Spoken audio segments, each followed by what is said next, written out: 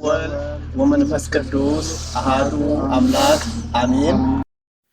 እንኳን ለ14ኛ ዓመት የንስሐ ልጅ ጉባኤ የምስረታ በዓል አደረሳችሁ። ዛሬ ቃላት ብቻ በቂ የማይሆንበት ዕለት ነው። ምክንያቱም ዛሬ 14 ዓመታትን ብቻ አንቆጥርም፣ 14 ዓመታትን እንመሰክራለን። 14 ዓመታት ስንት ጸሎት አልፎበታል፣ ስንት እንባ ፈሶበታል፣ ስንት ሰው ተስፋ አግኝቶበታል፣ ስንት ልብ ወደ እግዚአብሔር ተመልሶበታል። ስለዚህ ዛሬ የምናከብረው ቁጥር አይደለም፣ የእግዚአብሔር ቸርነትን የምናከብረው። አንድ ቀን በትንሽ ተጀመረ። ከ14 ዓመታት በፊት አንድ ራእይ ነበር። ምናልባት በዚያን ጊዜ ሁሉም ሰው ዛሬ የሚታየውን አላየም። የሚመጣው ትውልድ እንዴት ይሆናል የሚል ጥያቄ ነበር። ምዕመናን ከቅዱስ ቁርባን ጋር እንዴት እናቆራኛቸው የሚል ሐሳብ ነበር። እናም ያ ሐሳብ ወደ ሥራ ተለወጠ። ያ ሥራ ወደ ጉባኤ ተለወጠ። ጉባኤውም ለብዙ ልጆች መንፈሳዊ ቤት ሆነ። የንስሐ ልጅ። የንስሐ ልጅ ማለት ፍጹም ሰው ማለት አይደለም። የንስሐ ልጅ ወድቆ የሚቀር ሳይሆን ወድቆ የሚነሳ ነው። እንባውን እያፈሰሰ እግዚአብሔርን የሚፈልግ ነው። ሰው ቢተወው እግዚአብሔር እንደማይተወው የሚያምን ነው። በስህተቱ ተሸንፎ የማይቀር አባቴ ሆይ ወደ አንተ እመለሳለሁ ብሎ የሚነሳ ነው። ስለዚህ ንስሐ የአፍረት መጨረሻ ሳይሆን የአዲስ ሕይወት መጀመሪያ ነው። 14 ዓመታት አንድ ታላቅ ነገር አስተምሮናል። ሰው ይደክማል፣ እግዚአብሔር ግን አይደክምም። እኛ እንለወጣለን፣ እርሱ ግን አይለወጥም።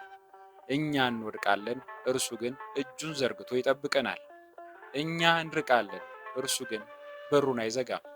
ስለዚህ ዛሬ እንዲህ እንላለን፣ እግዚአብሔር ሆይ 14 ዓመታትን አሳልፈህ ዛሬ እዚህ ካደረስከን የሚመጡትን ዓመታት አንተው ምራን። ውድ የንስሐ ልጆች፣ ዛሬ ባህል ነው፣ ግን ባህል ብቻ አይደለም፣ አደራም ጭምር ነው። ከእኛ በፊት የነበሩት ሰዎች ያቆዩንን እምነት እኛ ልንጠብቀው ይገባል። ከእኛ በኋላ የሚመጡት ልጆች ደግሞ ከእኛ ይማራሉ። ስለዚህ እኛ ለሚመጣው ትውልድ ምሳሌ እንሁን። እኛ የምንሄደው መንገድ እነርሱ የሚከተሉት መንገድ ሊሆን ይችላል። የእኛ ጸሎት ለእነርሱ ትምህርት ነው። የእኛ ንስሐ ለእነርሱ ምሳሌ ነው። የእኛ ፍቅር ለእነርሱ መንገድ ነው። የመጨረሻ ጥሪ አንድ ሰው ብቻውን ሊያበራ ይችላል። ነገር ግን ብዙ ሰዎች በአንድነት ሲበሩ ጨለማን ማስወገድ ይችላሉ። እኛም እንደዚሁ በአንድነት በፍቅር በእምነትና በንስሐ እንቁም። 14 ዓመታት አለፉ፣ ነገር ግን ጉዟችን አላለቀም። ዛሬ አዲስ ገጽ እንከፍታለን። የ14ኛ ዓመት ባህል የትናንትናን ለማክበር ብቻ ሳይሆን ነገን ለመገንባት የምንማማልበት ዕለት ነው።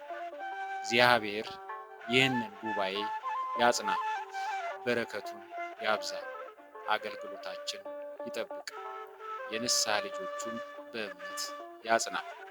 በዚህ ጉባኤ ብዙ ነፍሳት ይባረኩ፣ ብዙ ሕይወቶች ይለወጡ፣ ብዙ ልቦችም ወደ አምላካቸው ይመለሱ። 14ኛ ዓመት የንስሐ ልጅ ጉባኤ የምስረታ በዓል እንኳን አደረሳችሁ። እግዚአብሔር ይመስገን። ክብር ለእግዚአብሔር።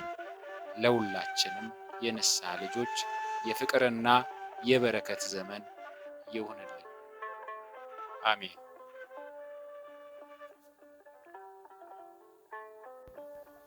አመረኖ ዘኢየሱስ ጉባኤ